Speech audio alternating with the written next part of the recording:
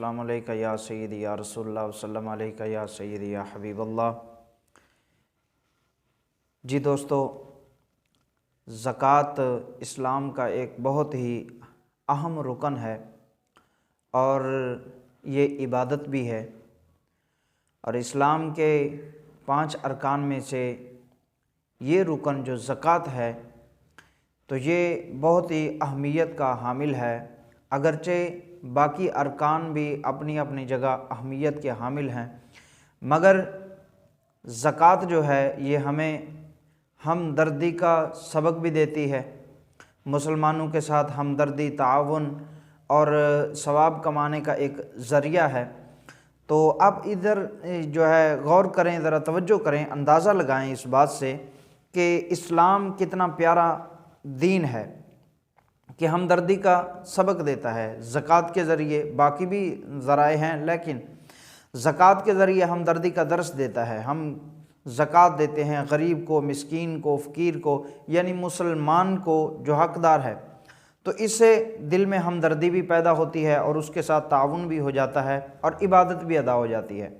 تو زکوٰۃ جس پر واجب ہے، صاحب استطاعت، صاحب نصاب پر جو زکوٰۃ واجب ہے، تو اس کا انکار کرنا، زکوٰۃ کا انکار کرنا یہ کفر ہے، کیونکہ قرآن پاک کا صریح حکم ہے وَأَقِیمُوا الصَّلَاةَ وَآتُوا الزَّکَاۃَ، جو بندہ زکوٰۃ کا انکار کرے گا وہ قرآن کا انکار کر رہا ہے، تو اس وجہ سے وہ کافر ہو جائے گا۔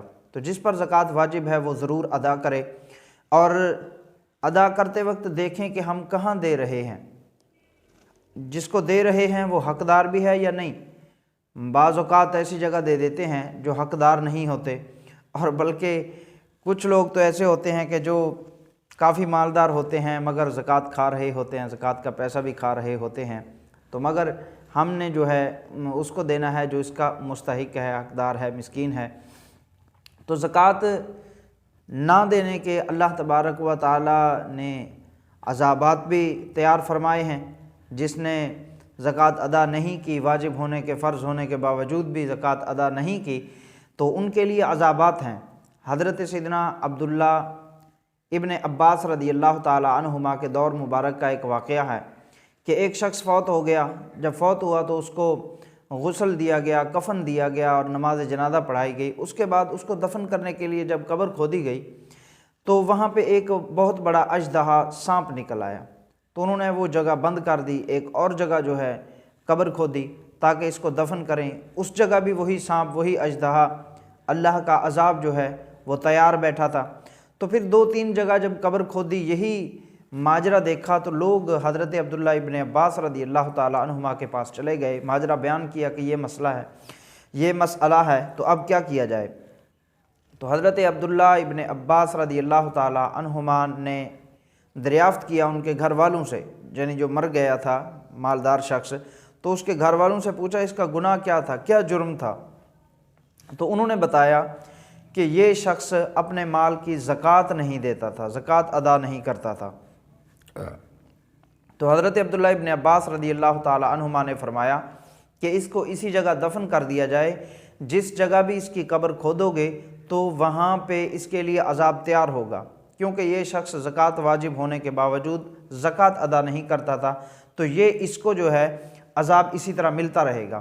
اور اسی طرح حضرت ابو سنان رحمۃ اللہ تعالی علیہ، اللہ تبارک و تعالیٰ کے ولی اور بزرگ تھے، وہ فرماتے ہیں کہ میرا پڑوسی ہمسایہ ایک فوت ہو گیا، تو میں نے اس کے بھائی کے پاس تعزیت کے لیے جانا تھا، تو میں بیٹھا تھا، میرے پاس ایک اولیاء کرام کی جماعت آئی، تو مجھ سے ملاقات کی۔ ملاقات کرنے کے بعد میں نے کہا کہ فلاں جگہ میرا پڑوسی جو ہے وہ فوت ہوا ہے، تعزیت کے لیے چلتے ہیں۔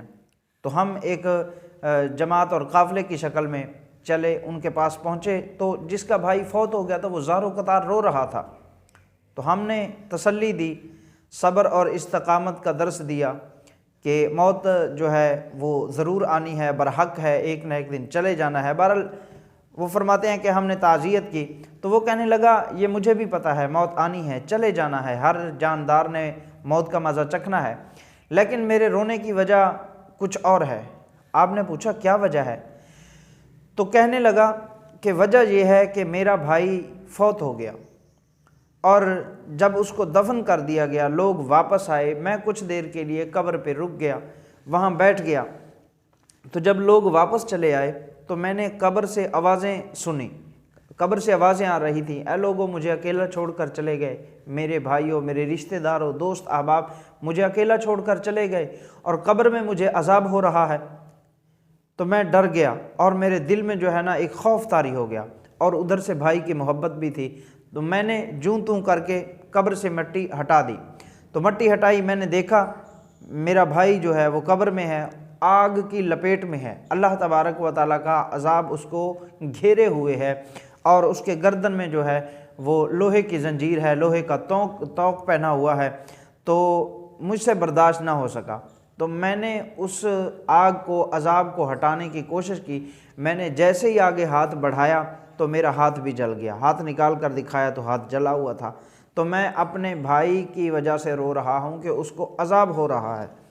تو آپ نے پوچھا اس کا جرم کیا تھا؟ کیا وہ نمازیں نہیں پڑھتا تھا؟ تو وہ کہنے لگے نمازیں بھی پڑھتا تھا۔ کیا وہ حج نہیں کرتا تھا؟ کرتا تھا۔ کیا وہ باقی عبادات نہیں کرتا تھا؟ کرتا تھا۔ عبادات کرتا تھا، تو پھر ایسا جرم کیا ہے کہ کس چیز کی اس کو سزا ملی؟ تو وہ کہنے لگا عبادات کرتا تھا، نمازیں پڑھتا تھا، روزے بھی رکھتا تھا، صرف اپنے مال کی زکوٰۃ ادا نہیں کرتا تھا، زکوٰۃ ادا نہ کرنے کی وجہ سے اس کو اتنا عذاب ملا۔ تو محترم، حدیث مبارکہ ہے کہ جو بندہ نماز پڑھتا ہے مگر زکوٰۃ واجب ہونے کے باوجود بھی زکوٰۃ ادا نہیں کرتا تو اس کی نماز قبول نہیں ہوگی۔ اگرچہ فرض چھوڑنے کا جو گناہ ہوتا ہے وہ اس کو نہیں ملے گا، مگر اس کو ثواب بھی نہیں ملے گا۔ اور اللہ تبارک و تعالی فرماتا ہے ادخلوا فی السلم کافہ، دین اسلام شریعت مطہرہ کا ایک جز لے لینا، ایک کو چھوڑ دینا، یہ غلط بات ہوتی ہے۔ اگر کوئی زکوٰۃ واجب ہونے کے باوجود ادا نہیں کرتا تو اس کی نماز قبول نہیں ہوتی۔ تو بہرحال ہمیں اپنے مال کا حساب کرنا چاہیے، اور حساب کرنے کے بعد جو حقدار ہیں ان تک پہنچانا چاہیے۔ اپنے محلے میں دیکھیں، اپنے جناب معاشرے میں دیکھیں، اور اس کے علاوہ آپ جو ہے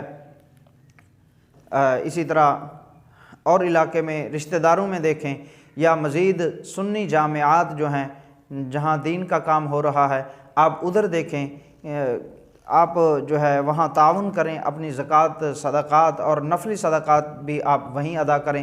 سنی جامعات جہاں پہ کام کر رہے ہیں، طلباء پڑھ رہے ہیں، اور اس کے علاوہ دعوت اسلامی ہم سب کے سامنے ہے، دعوت اسلامی دین اسلام کا کام کر رہی ہے، تو ہم ان کے ساتھ تعاون کریں، دعوت اسلامی کو اپنا پیسہ زکوٰۃ کا، خیرات کا ہم وہاں پہ دیں۔ اور اس کے علاوہ چشتی صاحبان جو ہیں وہ قرآن محل بنا رہے ہیں، تعمیر کر رہے ہیں، تو اس میں بھی ہمیں حصہ ملانا چاہیے، دل کھول کر حصہ ملانا چاہیے۔ اور مزید وہ مقدس کاغذات کے لیے مختلف شہروں میں ریلیاں بھی نکالتے ہیں اور مقدس اوراق اٹھاتے ہیں اور قرآن محل میں رکھتے ہیں، تو ان کے ساتھ بھی تعاون کرنا چاہیے، اس ریلی میں بھی شامل ہونا چاہیے، اور قرآن محل کی جو تعمیر ہے اس میں بھی حصہ ملانا چاہیے، اس میں بھی شامل ہونا چاہیے، اور جتنے بھی ہمارے صحیح العقیدہ سنی ہیں ان کے ساتھ اور ان کے جامعات کے ساتھ تعاون کرنا چاہیے۔ اللہ تبارک و تعالی ہمیں عمل کی توفیق عطا فرمائے۔